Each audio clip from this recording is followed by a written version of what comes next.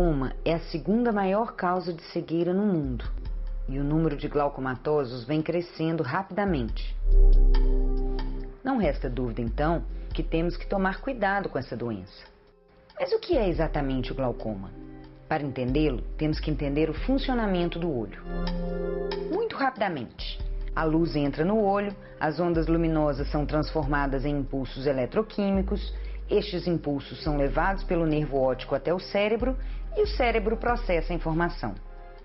O glaucoma é uma atrofia da cabeça do nervo óptico, onde ele começa no olho antes de se encaminhar para o cérebro.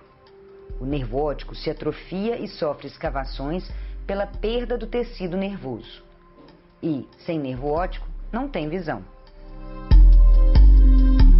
Existem várias formas de glaucoma, mas o grande problema é o glaucoma primário de ângulo aberto, também chamado de glaucoma crônico. Este glaucoma é responsável por grande parte das cegueiras derivadas da doença, portanto, é dele que vamos falar aqui.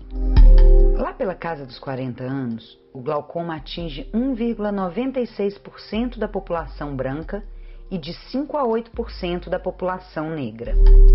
Sim, entre os negros essa doença é mais agressiva. Já depois dos 70 anos, a prevalência chega a 15%, independente da raça. Além da raça e da idade, história familiar de glaucoma é outro fator de risco para a doença. Um dos grandes problemas do glaucoma e que dificulta o diagnóstico é que essa doença é totalmente assintomática no início. Não dá dor de cabeça, não dá dor nos olhos, não dá cansaço visual na leitura. Mesmo a perda da visão, o paciente não percebe que está ficando cego no início porque a perda visual não se dá no centro da visão, ela se dá na periferia. E isso não é perceptível porque o tempo de evolução da doença nos dois olhos é diferente e o olho que está melhor compensa pelo que já começou a perder a visão.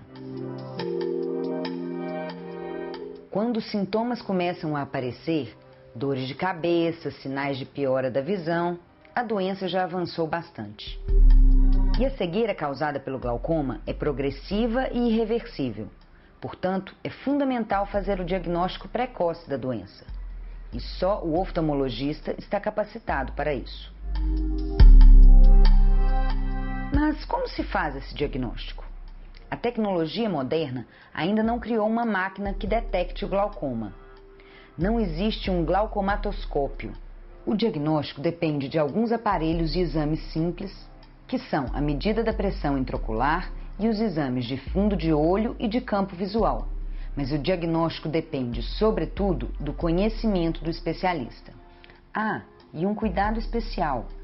Só a medida da pressão ocular não é suficiente para concluir o diagnóstico do glaucoma, porque, em alguns casos, o glaucomatoso pode apresentar uma pressão ocular normal.